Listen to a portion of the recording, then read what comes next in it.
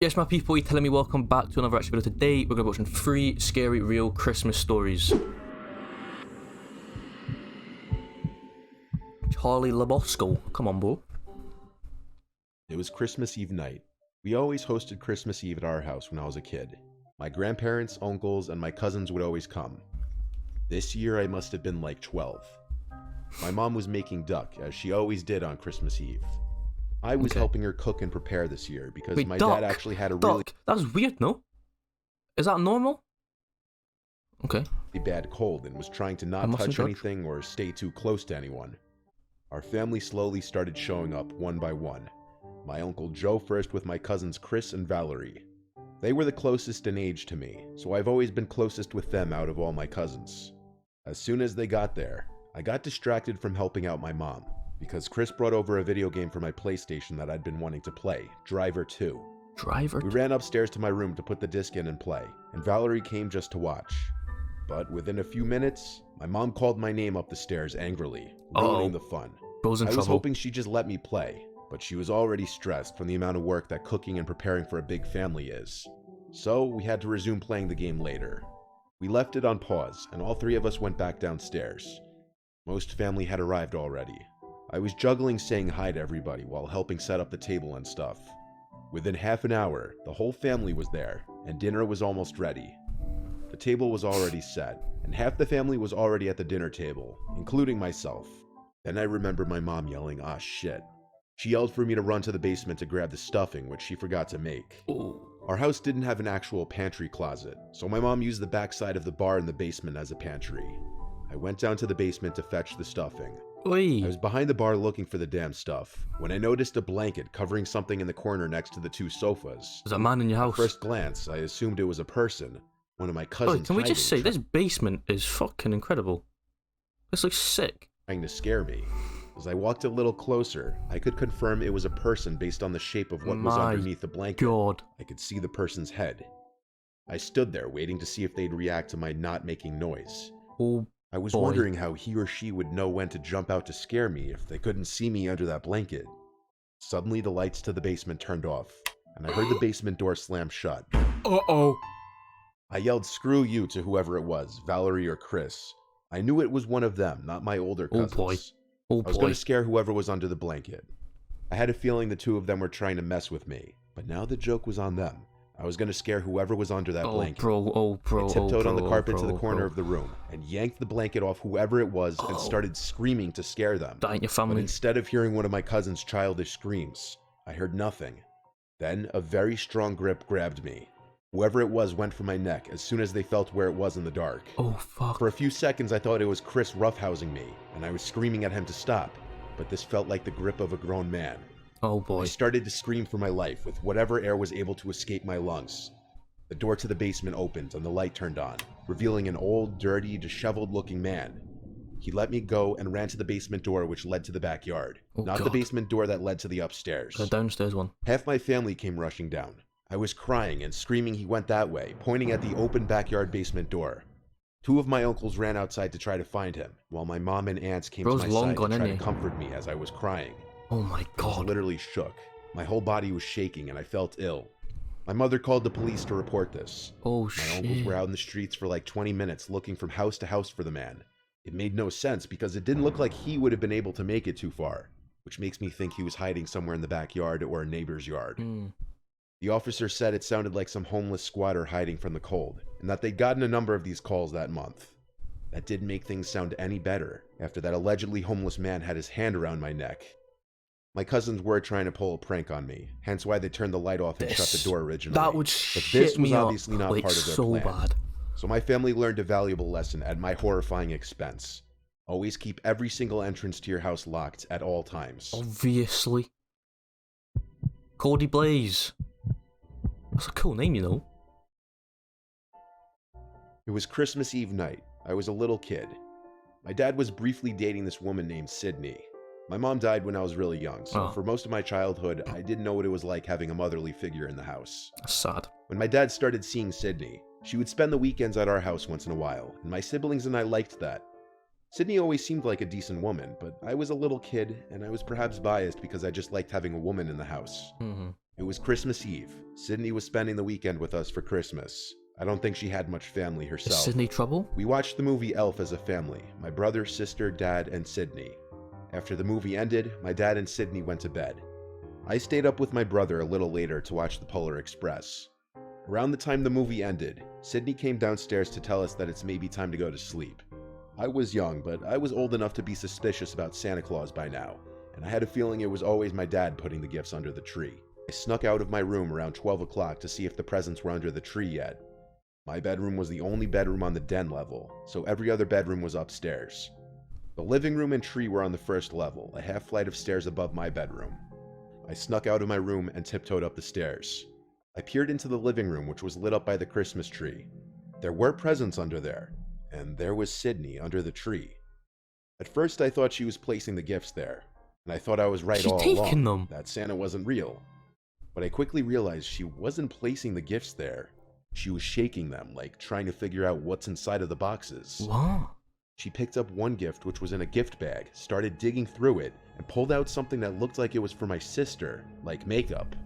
She analyzed it and put it back in the bag. I didn't know what she was doing, but I kept watching. That'd be so weird. I saw her walk to the kitchen and go to the ledge where my dad keeps his wallet. What I saw next, I couldn't believe. She went through my dad's wallet and took out a few bills and put it in the pocket of her pajama pants. Lying. I kept watching as she went into the cabinet above the ledge, the medicine cabinet. She took out what looked to be one of my dad's prescription medication bottles, and she started analyzing it. She opened it, sniffed it, and then looked to her left, right at me. It was as if she was about to do something very bad and was checking that the coast was clear first, and she saw me right away. Her eyes widened, and she put the bottle back in the cabinet. I hurried down the stairs back to my room and crawled into bed, with my little kid mind thinking I somehow could still pretend to be asleep. Seconds later, the door creaked open and then shut. Oh, hell no. I didn't look, but I didn't know if she entered the room or not. Oh, bastard. A few minutes passed, and I finally felt it was safe to check if she was gone. I looked up, and Sydney was standing right over my bed. I gasped and almost screamed. She looked down at me. All I could see was the silhouette of her figure, making the sight of her even creepier. That's fuck. She said she saw me watching her, and said in this angry whisper that she wasn't doing anything wrong. She just wanted to make sure my dad was taking his medication. Right. I replied, right okay. Then. She right said Merry then. Christmas and left the room. The next day, after we opened gifts, my dad came into the living room angrily and said, "Who took $60 out of my wallet?" I looked at Sydney right away, who glanced back at me as if she knew that I knew. At that moment, I didn't tell my dad what I saw. What? But later that day, when my dad was still angry at my siblings and I, thinking one of us did it, I told him the truth of what I saw. My dad didn't believe me at first. Of course he wouldn't. But when I told him that she was going through his medication too, he started to believe me, because why would I lie about that? Yeah, it's like a mad accusation. Later that night, this created for a rather loud conversation between the two of them. But shockingly, my dad didn't ask Sydney to leave. She didn't admit to stealing his money, and I think my dad simply didn't know what to do. That night, I had my bedroom door locked, which my dad always told us to never do, but I just felt safer with it locked that night. And thank God I did lock it. Sydney's because around the same time as the night before, I heard the doorknob to my bedroom door jiggle a few times. It was undoubtedly her, which the next day I confirmed when I asked my dad if it was him, and he said no.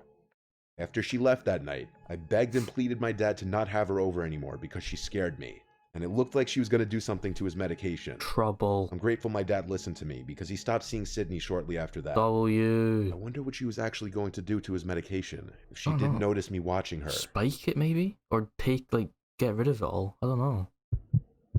Mike Newman.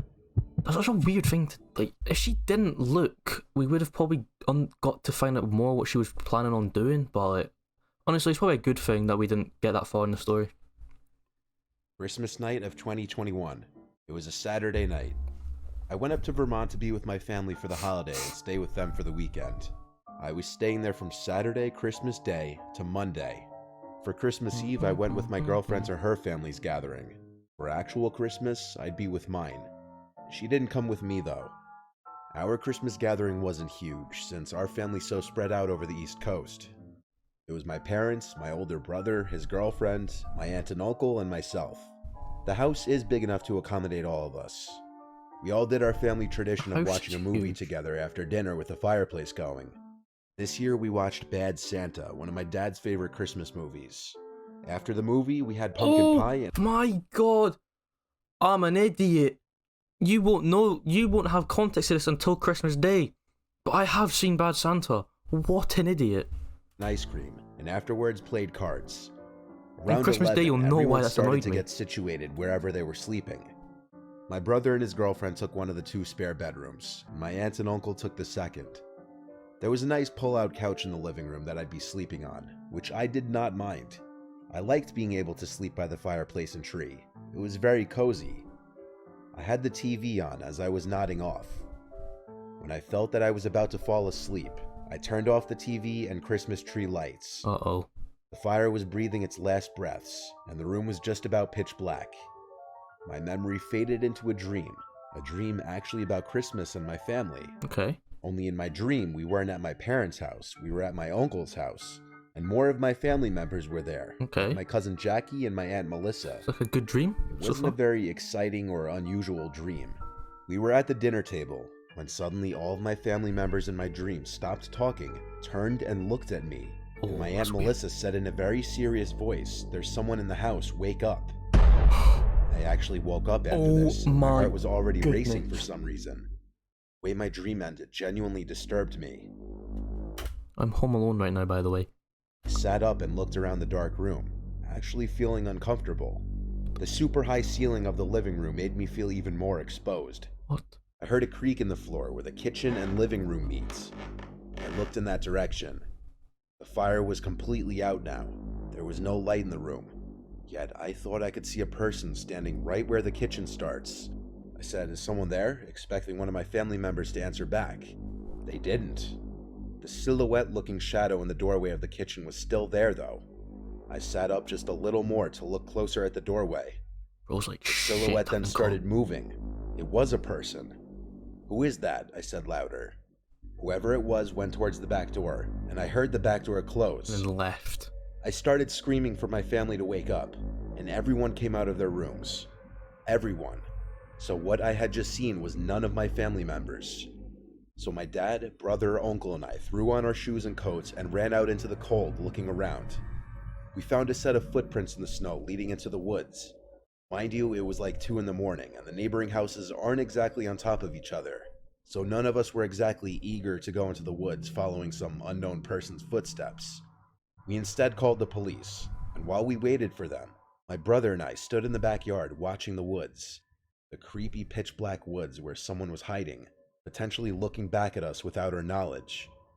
Everyone else was inside, looking to see if anything was stolen, and surprisingly, nothing of serious value was missing. Bro didn't get that far. But also, it's not like my parents had jewelry or money just sitting out in the open on the first floor.